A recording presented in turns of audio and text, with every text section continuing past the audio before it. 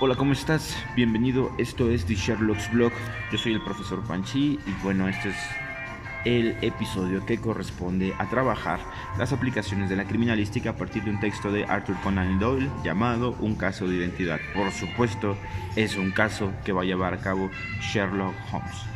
Te voy a platicar un poquito del texto. Mira, vamos a ver hoy principalmente tres cosas: el texto, los elementos criminalísticos y las reflexiones que nos deja el texto. Primero tendría que contarte la historia.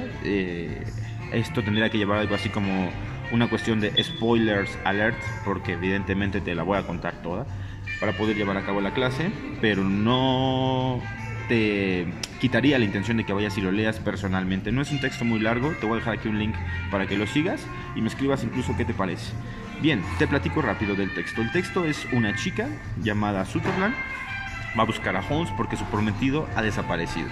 El día de su boda, ella se subió a un coche con su madre, él se subió a un coche aparte.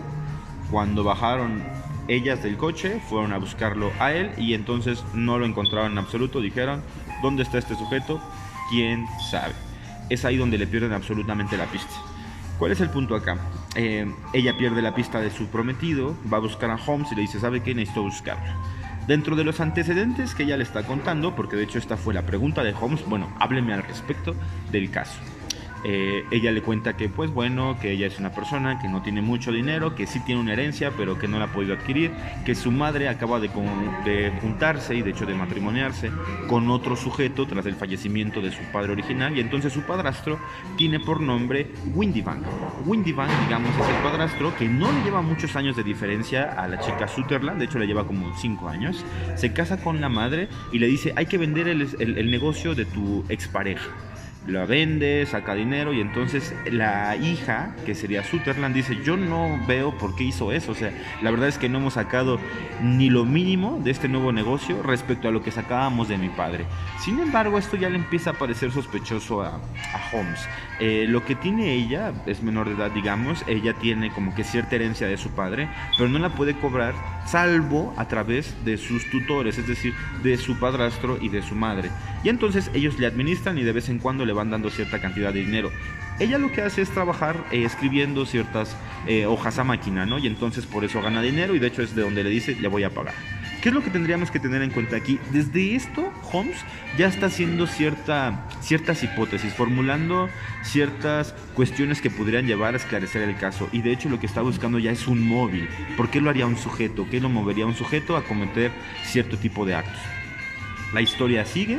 A lo que va a llegar ella es que le va a decir que ella quería ir a una fiesta, ya empezaba de hecho a tener edad, empezaba por ende a ser muy cotizada por los sujetos, tenía muchos pretendientes ya, o se empezaba a ver eso, y de hecho esto es algo que le va a caer, digamos, mal a su padrastro le niega las salidas, le dice que no puede ir, hasta que un momento ella dice, yo quiero ir a una fiesta, me voy a escapar y no me importa lo que me digas, yo voy a ir.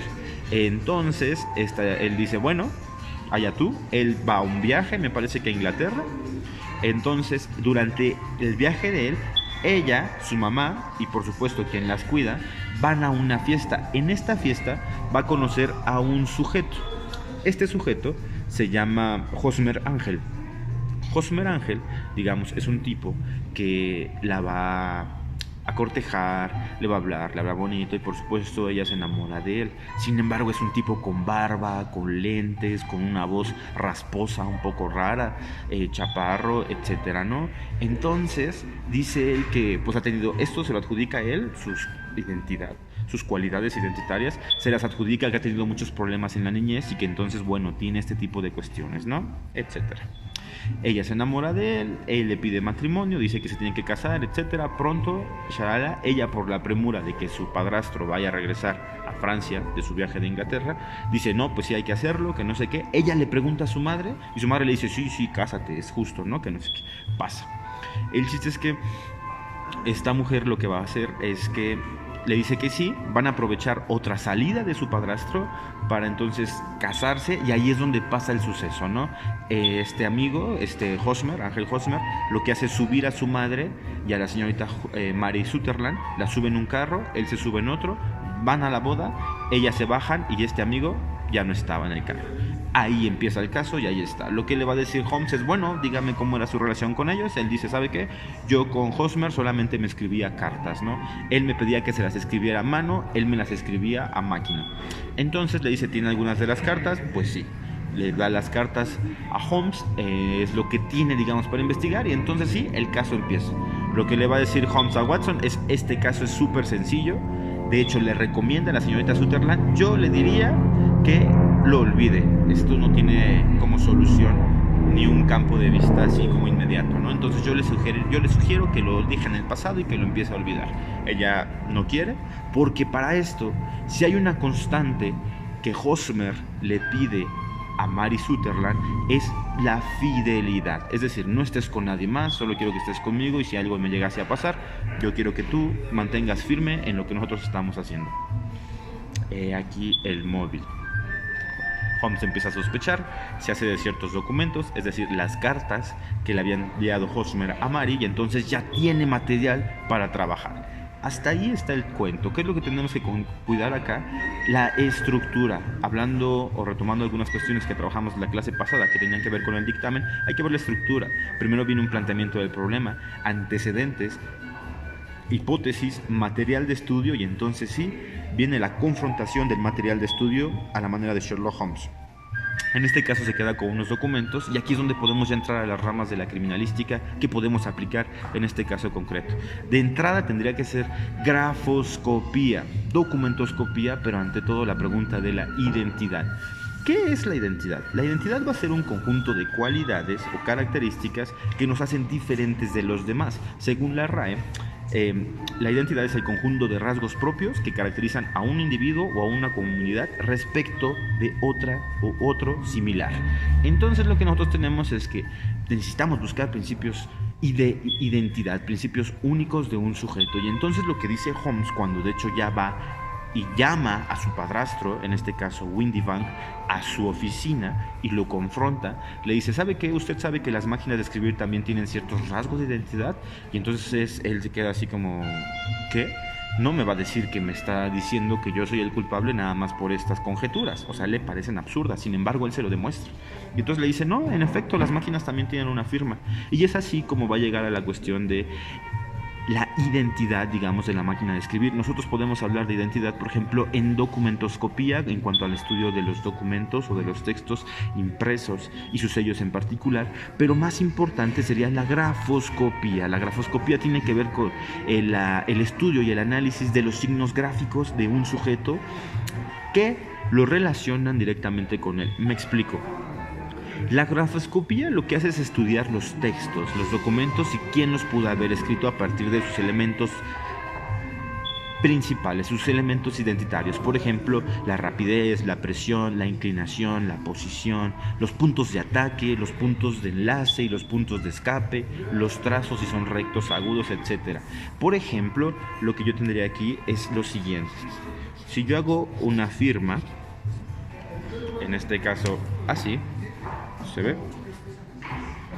Lo que va a pasar aquí es que lo que hace la grafoscopía es hacer de entrada una caja caligráfica, que sería esta de aquí. ¿Te das cuenta de estas dos líneas? Bueno, esta caja caligráfica lo que nos marca son rasgos por encima de las líneas y por debajo de las líneas.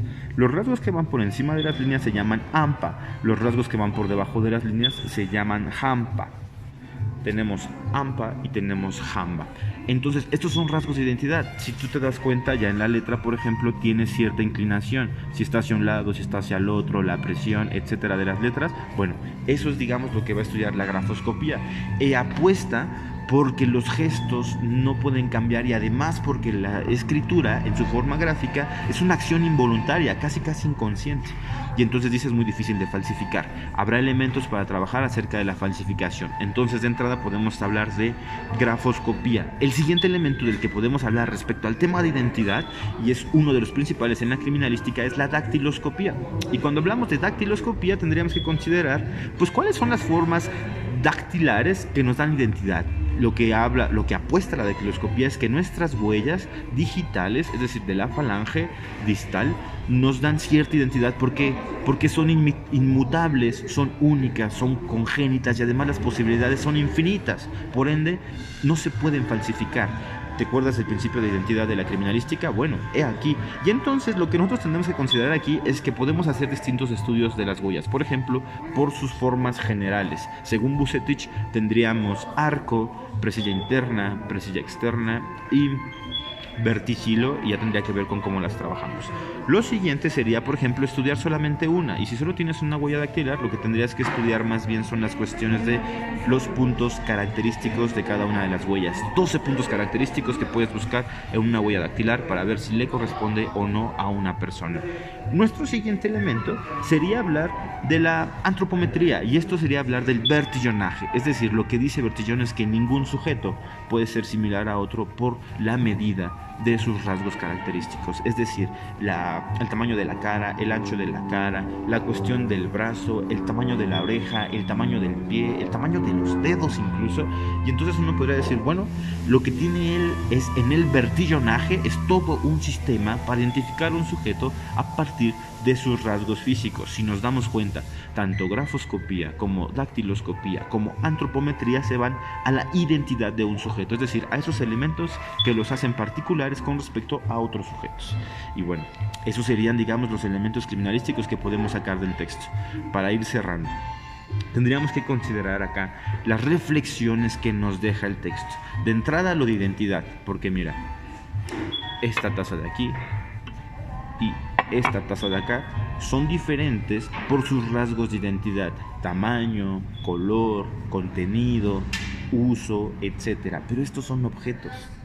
Y sin embargo, cuando nosotros tenemos que hacer la diferencia entre un sujeto y otro para brindarle ciertos elementos de identidad, ¿diríamos que solamente son las cuestiones físicas? ¿Diríamos que nuestra identidad se reduce a nuestro conjunto de rasgos propios que nos hacen diferentes de una comunidad o de los otros? Me parece muy vago. Y entonces tendríamos que empezar a reflexionar aquí. Eso te lo voy a dejar a ti de tarea. Holmes va a cerrar su texto en un caso de identidad con la cuestión de que le va a decir a Watson, efectivamente, quien hizo las cartas fue el padrastro. El padrastro se disfrazó de otra persona para aparentar ser un sujeto que se iba a casar con su hijastra. Y entonces lo que hicieron fue engañarla. La engañaron ella, su madre, y entonces aquí lo que se está cometiendo es un crimen. Por ejemplo, Windibank lo que va a decir cuando está ahí con Sherlock Holmes: esto no es un delito, usted tendría que liberarme. Y él le dice: no, no es un delito, es un crimen y usted merecería el peor de los castigos posibles. Sin embargo, cuando él trata de violentarlo con unos latigazos, unos fuetazos, este amigo va a correr. Watson le dice: ¿y ahora qué hacemos? Sherlock Holmes le va a decir: no te preocupes, este sujeto, por lo que acaba de hacer, seguramente va a caer en otra cosa. Hoy empezó por un crimen, mañana va a terminar con un delito, y entonces sí lo podemos atrapar. Lo dejan ir. Watson entonces le dice: queda la pregunta, ¿usted le va a decir a Mary Sutherland la verdad? A lo que Sherlock Holmes dice: no me va a creer. Y entonces ocupa un proverbio, me parece un proverbio árabe, donde dice: quitarle un cachorro a un tigre es tan peligroso como quitarle una ilusión a una mujer. Y entonces aquí tenemos la cuestión de la reflexión: ¿crees que tenga razón o no? No lo sabemos.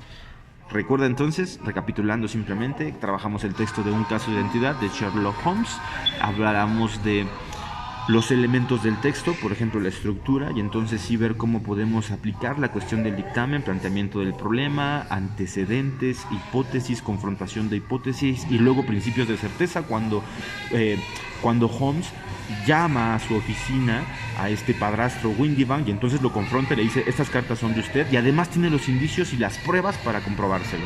Después tenemos, por ejemplo, los elementos, las disciplinas particulares que podemos sacar del texto: documentoscopía, grafoscopía principalmente, dactiloscopía y antropometría, para llegar finalmente a las reflexiones. ¿Tú crees que es tan peligroso como quitarle un cachorro a un tigre, una ilusión a una mujer? Bueno, queda a tu criterio. Esto fue The Sherlock's Blog. Yo soy el profesor Panchi y bueno, nos vemos en la siguiente, ¿vale? Sígueme. Chao.